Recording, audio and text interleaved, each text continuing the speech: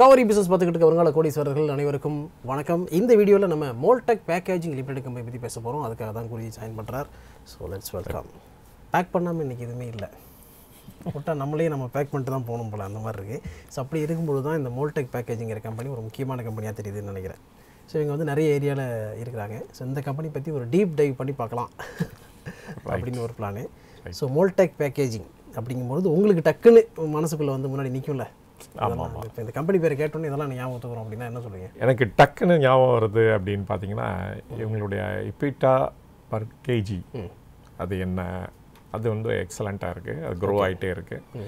தென் EBITDA margin அதுவும் 18 to 20 nearly about 5-6 years அதை வந்து மெயின்டைன் பண்ணிகிட்டே இருக்காங்க. ஓகே, பாருங்கள், அட்வர்ஸ் கண்டிஷன் இருந்தால் கூட like for example raw material cost, of course நம்ம பேக்கிங் பற்றி பேசுகிறோம், இது ரா மெட்டீரியல் வந்து ஆயிலோட டெரிவேட்டிவ்ஸில் தான் வருது. ஸோ அப்படி இருந்தாலும் இவங்க able to maintain that margin. Okay, அது வந்து இவங்களுடைய மோட் கம்பெனின்னு தான் சொல்லணும். அதனால தான் இதை எடுத்தோம் நம்ம. Super sir. இப்போ பேக்கேஜிங் கம்பெனிக்குள்ளே வந்து நம்ம டீட்டெயிலாக போகிறதுக்கு முன்னாடி ஃபஸ்ட்டு பேக்கேஜிங்னா என்னென்ன வகையில் இருக்குது அப்படிங்கிறத சொல்லிவிடுங்க. அண்ட் Mold-Tek Packaging வந்து என்னென்ன பண்ணுறாங்க அப்படிங்கிறத சொல்லிவிடுங்க. அதுக்கப்புறம் நம்ம ஃபினான்ஷியல்ஸ் பார்க்கலாம். ரைட், பேக்கேஜிங்லேயே டிஃப்ரெண்ட் டைப்ஸ் இருக்குது. ஒன்று வந்து ரிஜிட் பேக்கேஜிங், அப்புறமேல அனதர் வந்து ஃப்ளெக்சிபிள் பேக்கேஜிங். இந்த ஃப்ளெக்சிபிள் பேக்கேஜிங் தான் size wise much bigger, 2.5 times bigger. Okay, இந்த ரிஜிட் பேக்கிங் தான் நம்ம டிஸ்கஸ் பண்ண போகிறோம். தெர் இஸ் Mold-Tek Packaging வந்து அந்த கேட்டகரியில் தான் வருது. இதை தவிர அதர் டைப் ஆஃப் பேக்கேஜிங் இருக்குது. ஃபார் எக்ஸாம்பிள் நம்ம பீவரேஜஸ்லாம் எடுத்துக்கோங்க, நம்ம பெப்சி, கோலா இதெல்லாம் வந்து பெட் பாட்டிலில் வருது. அப்புறம் ஈவன் வந்து அலுமினியம் கேனில் கூட பார்த்துருக்கோம் நம்ம வந்து இந்த மாதிரி பீவரேஜஸ்லாம் வரும். அப்புறம் டின் பேக்கேஜிங் கூட இருக்குது. ஸோ பேசிக்லி பேக்கேஜிங்னா இந்த மாதிரி கேட்டகரிஸ் தான். அப்புறம் அப்போஸ் கார்ட்போர்ட் பேஸ்டு, பேப்பர் பேஸ்டு அந்த மாதிரி பேக்கிங்லாம் வேறு இருக்குது. ஸோ நம்ம வந்து ரிஜிட் பேக்கேஜிங் இதை பற்றி தான் பேச போகிறோம். ஸோ அதோட கன்ஃபைன் பண்ணிக்கலாம். ஏன்னா இந்த கம்பெனி வந்து ஃபாலோயிங் அண்டர் தட் கேட்டகரி தான். அதனால் இவங்களே different types of rigid packaging பண்ணுறாங்க. ஒன்று வந்து பெயில் அப்படிங்கிற ஒரு கேட்டகரி. இது எங்கே யூஸ் பண்ணுறாங்கன்னா அந்த பெயிண்ட் கம்பெனிஸில் தான் நார்மலாக யூஸ் பண்ணுறாங்க. என்ன மாதிரின்னா இந்த ஏஷியன் பெயிண்ட்ஸ் இருக்காங்க, இவங்க 5 லிட்டர் கேன் இல்லாட்ட 2 liters இதில் பல்காக கேரி பண்ணி பக்கெட் மாதிரி. ஸோ அந்த இதுக்கு இவங்க தான் லீடர். ஓகே, அப்புறமேல அனதர் டைப் ஆஃப் பேக்கேஜிங் இந்த தின் வால்டு பேக்கேஜிங். இதுலேயே இப்போ வந்து எஃப்எம்சிஜி ப்ராடக்ட்ஸ்லாம் நிறைய வந்து இதில் வருது. இப்போ இந்த ஷாம்பு எடுத்துக்கோங்க, ஸோ இல்லாட்டா கோகோனட் ஆயில், இதெல்லாம் தின் வால்டு. இதுக்கு வந்து பெரிய லெவலில் திக்னஸ்லாம் வேண்டியதில்லை, லைக் இந்த பெயிண்ட்டுக்கு இதுக்கு மாதிரி. ஏன்னா இதோட இது வந்து வெயிட் ரொம்ப குறைச்சி தராங்க, 100 கிராம் இல்லாட்டா மேக்ஸிமம் பண்ணால் 1 கிலோ அது மாதிரி தான் இருக்கும். ரைட்டு.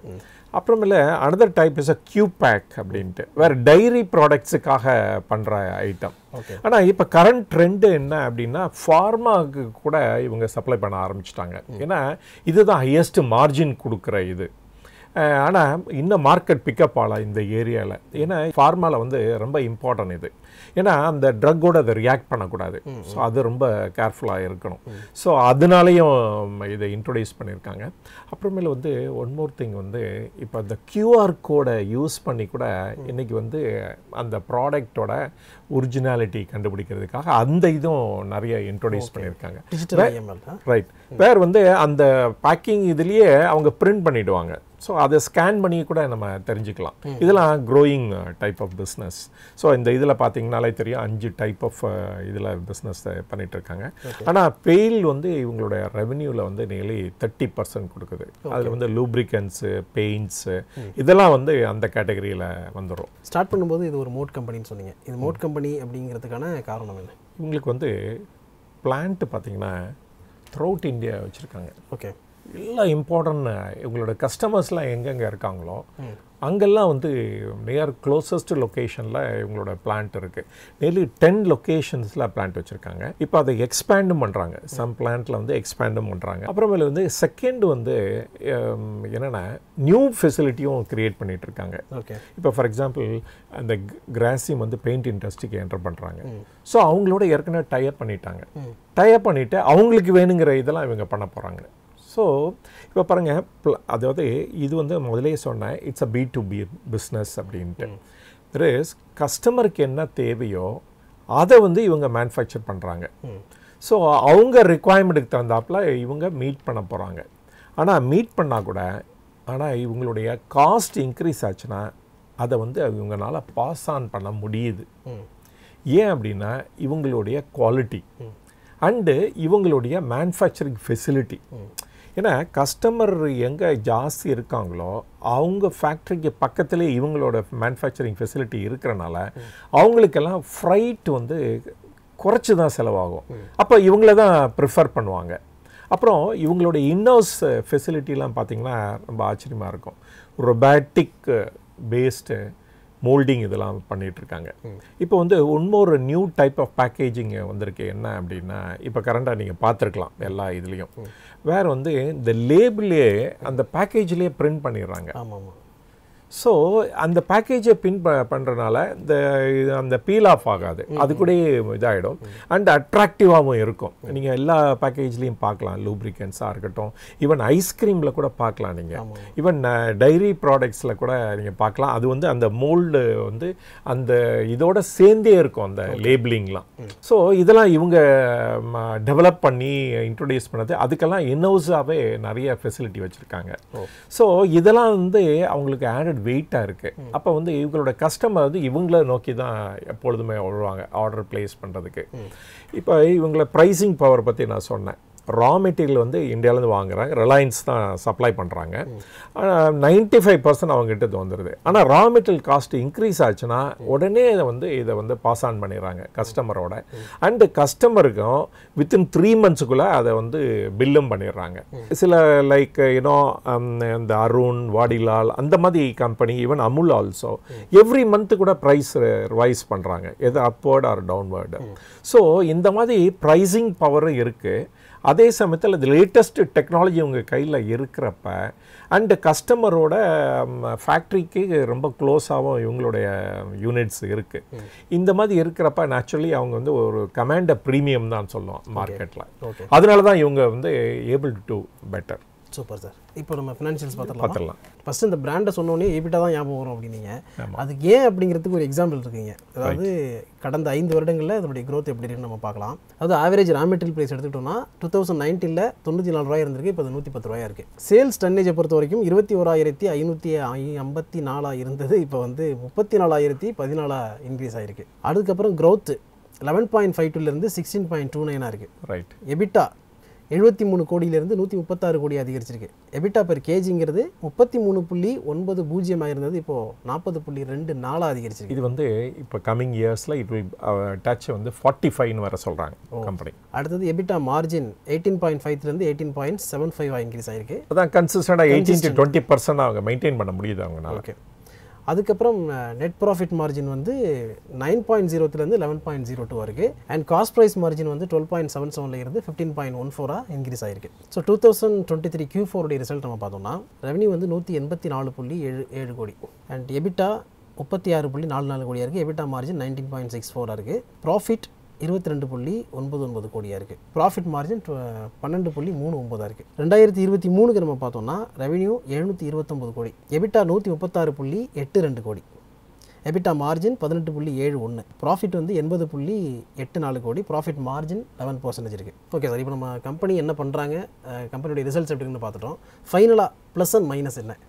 ப்ளஸ் வந்து ஏற்கனவே பற்றி நிறைய சொன்னேன். லொக்கேஷன் வந்து க்ளோஸ் டு த கஸ்டமரு, அப்புறம் கஸ்டமரோட க்ளோசஸ்ட் டிஸ்டன்ஸ்லேயே இவங்களோட ஃபேக்ட்ரி வச்சுருக்காங்க. உங்கள் கஸ்டமரோட லிஸ்ட்டெல்லாம் பார்த்தீங்கன்னா வெரி இம்ப்ரெசிவாக இருக்கும். இது அமுல், அருண், வாடிலால், ஏஷியன் பெயிண்ட்ஸ், இப்போ கிராசிம், அப்புறம் ஹிந்துஸ்தான் லிவர், அப்படியே அடிக்கிட்டே போகலாம். ஸோ வந்து வெரி குட். அப்புறமேலே ரா மெட்டீரியல் அது வந்து ரைஸ் ஆச்சுன்னா அப்படியே பாஸ் ஆன் பண்ணிடுறாங்க. அந்த 95% ஆஃப் த ரா மெட்டீரியல் எங்கேருந்து வருதுன்னா ரிலையன்ஸ்லேருந்து வருது, இந்தியாவிலேருந்து ப்ரொக்யூர் பண்ணிடுறாங்க. ஸோ அப்புறம் இவங்களுடைய லீவரேஜ் பார்த்தீங்கன்னா டெட் போர்ஷன் பார்த்தீங்கன்னா இட்ஸ் கமிங் டவுன் ஆல்மோஸ்ட் நெக்லிஜிபிளாக எடுத்து. இவங்களுடைய இன்ட்ரெஸ்ட் கவரேஜ் ரேஷியோ கூட பார்த்தீங்கன்னா 10 times இருக்குது. ஸோ அதனால் இதோட பெட்டர் கம்பெனி நம்ம சர்ச் பண்ண முடியாதுன்னு நினைக்கிறேன் நான். ஓகே. ஸோ அப்படி இருந்தாலும் நெகட்டிவ் ஃபேக்டர்ஸ் எல்லாம் இருக்கும்ல. டெஃபினட்டாக அது இல்லாமல் நெகட்டிவ் ஃபேக்டர்ஸ் இல்லாமல் எதுவுமே இருக்காது, எந்த கம்பெனியுமே இருக்காது. ஸோ இந்த சேம் பாசிட்டிவ் ஃபேக்டர்ஸை நெகட்டிவ் ஆகிறது கூட சான்சஸ் இருக்குது. ஓகே. ஏன்னா ஒரே ஒரு source of raw material supplier இருக்காங்க. ஓகே. ஸோ அது வந்து அவங்களுக்கு ஏதாவது ப்ராப்ளம் ஆச்சுன்னா இவங்களும் அஃபெக்ட் ஆக போகிறாங்க டெஃபினட்டாக. அது ஒன்று. தட் இஸ் ரிலையன்ஸ்ன்னு சொன்னோம், அவங்ககிட்ட 95% ஆஃப் த ரா மெட்டீரியல் வருது அப்படின்னோம். அஃப்கோர்ஸ் அந்த ரா மெட்டீரியல் ப்ரைஸை வந்து பாஸ் ஆன் பண்ணிடுறாங்க கஸ்டமரோட. அண்டு இந்த கஸ்டமர்லேயும் பார்த்தீங்கன்னா இந்த டின் அந்த இப்போ ஏஷியன் பெயிண்ட்ஸ் மாதிரி அந்த ஐட்டம் பாருங்கள் ஒரு 25 to 30% ஆஃப் த அவங்களோட டோட்டல் ரெவென்யூ. ஸோ அந்த பிஸ்னஸ் ஏதாவது ப்ராப்ளம்னா இந்த இவங்களும் ஃபேஸ் பண்ண போகிறாங்க ப்ராப்ளம். அவங்க வந்து B2B செக்மெண்ட்டில் தான் இருக்கிறாங்க. இன்னும் வந்து அந்த கஸ்டமருக்கு டைரெக்டாக ரீச் பண்ணுற அளவுக்கு இது இல்லை. ஸோ இது வந்து ஒரு ரிஸ்க் ஃபேக்டராக சொல்லலாம். இவங்க நியூவாக பிஸ்னஸ் என்ட்ரு பண்ணுறது பார்த்தீங்கன்னா ஃபார்மாவும் டிஜிட்டல் ட்ராக்கிங் இதுவும் அதுக்கு ஹை மார்ஜின் இருக்குது. ஸோ இப்போது இதை கம்பேர் பண்ணிங்கன்னா இதுக்கெலாம் 30-40 rupees தான் பர் கேஜி. ஆனால் அந்த ஃபார்மா இதுக்கெலாம் பார்த்தீங்கன்னா 180-200 rupees பர் கேஜி வருது. So highest revenue. பட் இதில் ஃபோக்கஸ் பண்ணுறதுனால இவங்களோட இஸ் அ நியூ ஏரியா. அது வந்து மோர் டைம் டு எஸ்டாப்ளிஷ். அதனால் நிறைய இன்வெஸ்ட் பண்ண வேண்டி வரும் இந்த பிளான்ட்டு இந்த கெப்பாசிட்டி அடிஷனுக்கெலாம். ஸோ அதுவும் ஒரு ரிஸ்க் ஃபேக்டர்னு சொல்லலாம். Mold-Tek Packaging லிமிடெட் கம்பெனியை வந்து டீட்டெயிலாக நம்ம பார்த்துருக்கோம். கரண்ட் ஷேர் ப்ரைஸ் 1028 ரூபா ரேஞ்சில் இருக்குது. 52 வாரங்கள் அதிகமாக போனது 1123 வரைக்கும் போயிருக்கு. ஸோ இந்த கம்பெனியோட ஷேரை நீங்கள் வாங்கணும்னு நினச்சிங்கன்னா நல்லா தெரிஞ்ச ஒரு செபி ரெஜிஸ்டர்ட் அட்வைசரை கேட்டு டிசைட் பண்ணுங்கள். ஏன்னா நாங்கள் கொடுத்துருக்கிறது உங்களுக்கு எஜுகேஷனல் பர்பஸ்க்காகவும் இன்ஃபர்மேட்டிவ் பர்பஸாக மட்டும்தானே தவிர சஜஷனும் அட்வைஸும் கொடுக்குறதுக்கு இல்லை. ஓகேவா? ஸோ அதை நான் சொல்லிட்டேன், மைண்டில் வச்சுங்க. இந்த வீடியோ உங்களுக்கு நிச்சயமாக யூஸ்ஃபுல்லாக இருக்கும்னு நினைக்கிறேன். அப்படி இருந்துச்சுன்னா நிறைய பேர் ஷேர் பண்ணுங்கள். புதுசாக காவிரி பிஸ்னஸில் பார்க்க வந்திருக்கீங்கன்னா சப்ஸ்கிரைப் பண்ணிவிட்டு இந்த பெல்லைக்கானையும் அழுத்தி வைங்க. அதுக்கப்புறம் ப்ரீமியம் சப்ஸ்கிரைபராக சீக்கிரம் ஜாயின் பண்ணி கிளிக் பண்ணி. ஓகேவா? அடுத்த வீடியோ மீட் பண்ணுவோம். அது வரைக்கும் உங்களையும் உங்களுடைய பணத்தையும் பத்திரமா பார்த்துங்க. Thank you so much. தேங்க்யூ.